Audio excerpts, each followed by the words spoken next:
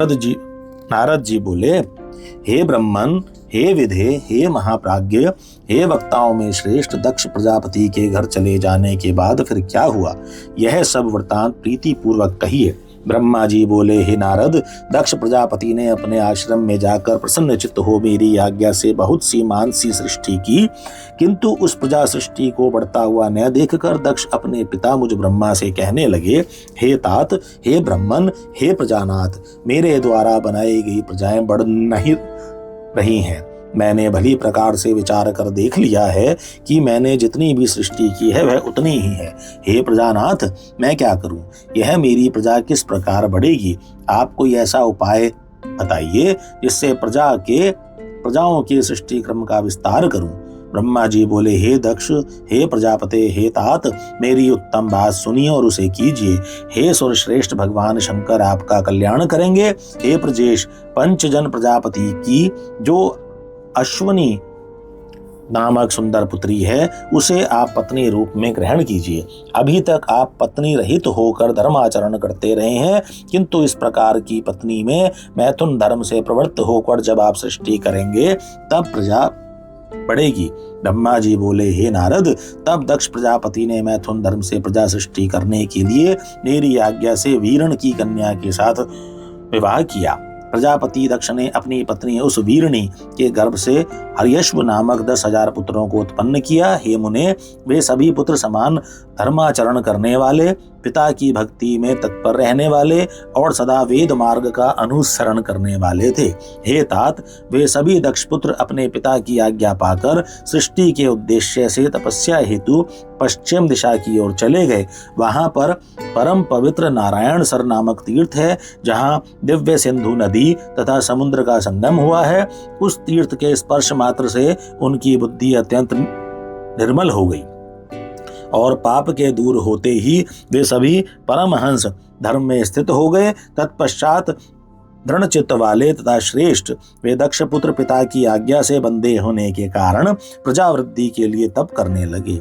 हे नारद, सृष्टि संवर्धन हेतु उन्हें घोर तप करते हुए जानकर और विष्णु मनोगत अभिप्राय समझकर आप उनके पास गए और आदर पूर्वक आपने उनसे कहा, हे दक्ष पुत्र हर्यश्वो, तुम लोग पृथ्वी का विस्तार न जानकर सृष्टि कर्म में किस प्रकार प्रवृत्त हुए हो? ब्रह्मा जी बोले, हे हर्यश्व गण, आपकी कही हुई बात सुनकर सृष्टि के विषय में सावधान होकर मन में बहुत विचार करने लगे। जो उत्तम शास्त्र रूपी पिता की निवृत्ति परक वचनों को नहीं जानता, वह मात्र गुणों पर ही विश्वास रखने वाली सृष्टि का उपक्रम किस प्रकार कर सकता है? वे परम बुद्धिमान दक्ष पुत्र एकाग्र बुद्धि से ऐसा विचार कर देवर्षि नारद की परिक्रमा करके एवं उन्हें प्रणाम कर निवृत्ति मार्ग परायण हो गए। हे नारद, हे मुने, आप शिव के मन हैं और लोक में पर्यटन करते रहते हैं तथा निर्विकार रहकर शिव की चित्त वृत्ति के अनुसार रहते हैं। बहुत काल बीतने पर मेरे पुत्र दक्ष प्रजापति नारद जी के द्वारा अपने पुत्रों के नाश को सुनकर बहुत संतप्त हुए। उस समय अपने शोक करते हुए दक्ष से बार बार कहा कि आप अच्छी संतान वाले थे, जो कि आपके पुत्र श्रेष्ठ मार्ग का अनुसरण करते हुए मुक्त हो गए, किंतु वे दक्ष शिव की माया से मोहित हो बार बार शोक करते रहे। तदनंतर दक्ष के पास आकर मैंने उन्हें शांति भाव का उपदेश कर सांत्वना देते हुए कहा, शोक मत करो, दैव बड़ा प्रबल होता है। तब दक्ष प्रजापति ने मेरे द्वारा धीरज बंधाए जाने पर उन्हें पंचजन की कन्या असीवनी के गर्भ से सबलाश्च नामक 1000 पुत्रों को उत्पन्न किया। दृढ़ व्रत वाले वे सबलाश्च भी पिता की आज्ञा से सृष्टि संवर्धन हेतु वहां गए, जहां उनसे पूर्व उनके भाई गए थे और सिद्ध हो गए थे। वे भी उस तीर्थ के स्पर्श मात्र से सर्वथा निष्पाप तथा शुद्ध अंतःकरण वाले हो गए और उत्तम व्रत में परायण होकर ब्रह्म का जप करते हुए कठिन तप करने लगे।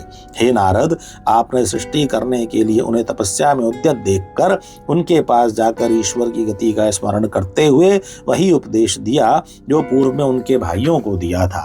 हे मुने, आपका दर्शन निष्फल नहीं होता, इसलिए आपने उनको भी पूर्व के भाइयों के मार्ग का उपदेश दिया है, जिससे वे भी अपने भाइयों के मार्ग का अनुसरण करते हुए उसी मार्ग पर चले गए। उसी समय दक्ष प्रजापति को अनेक उत्पात दिखाई पड़ने लगे। वे अपने पुत्रों को आया न देखकर आश्चर्यचकित होकर मन में दुखी हो गए। उन्होंने आपके द्वारा प्रथम पुत्रों के नाश के समान ही इन पुत्रों के भी नाश का जब समाचार सुना तो वे आश्चर्य में भरकर पुत्र शोक से मूर्छित हो अत्यंत संतप्त हो उठे। वे दक्ष आप पर कुपित हो गए और कहने लगे कि यह नारद दुष्ट है। उसी समय देव योग से उनके पुत्रों पर अनुग्रह करने वाले आप भी दक्ष के पास आ गए। उस समय वे प्रजापति दक्ष क्रोध में भरकर अपने ओठों को फड़फड़ाते हुए आपके पास आए और आपको धिक्कारते हुए निंदा पूर्वक कहने लगे। दक्ष बोले, हे अधर्मों में श्रेष्ठ, तुमने साधु का रूप धारण कर मेरे सत्पुत्रों को यह कैसा उपदेश दिया? तुमने मेरे इन पुत्रों को इस प्रकार भिक्षु मार्ग का उपदेश क्यों दे दिया जो उनके लिए कल्याणकारी नहीं है?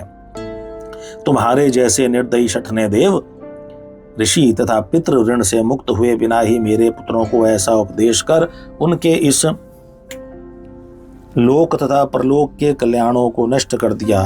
क्योंकि जो बिना 3 ऋणों से मुक्त हुए ही माता पिता को छोड़कर मोक्ष की इच्छा करता हुआ निवृत्ति मार्ग का अनुसरण करता है, वह नरकगामी होता है। तुम निर्दयी अत्यंत निर्लज्ज हो, बालकों को बहकाने वाले तथा यश को नष्ट करने वाले हो। हे मूर्ख, तुम हरि के पार्षदों के बीच में व्यर्थ ही विचरण करते हो। हे अधम धाम, तुमने बार बार मेरा अहित किया है, इसलिए लोक में भ्रमण करते हुए तुम्हारा पैर स्थिर न रहे।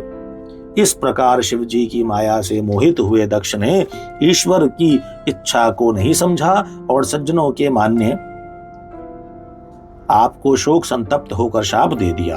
और हे मुने, निर्मल बुद्धि वाले आपने भी दक्ष प्रजापति के इस शाप को ग्रहण कर लिया। हे ब्रह्म साधो, ऐसा साधु स्वयं इस प्रकार के अपकार को सहन कर लेता है।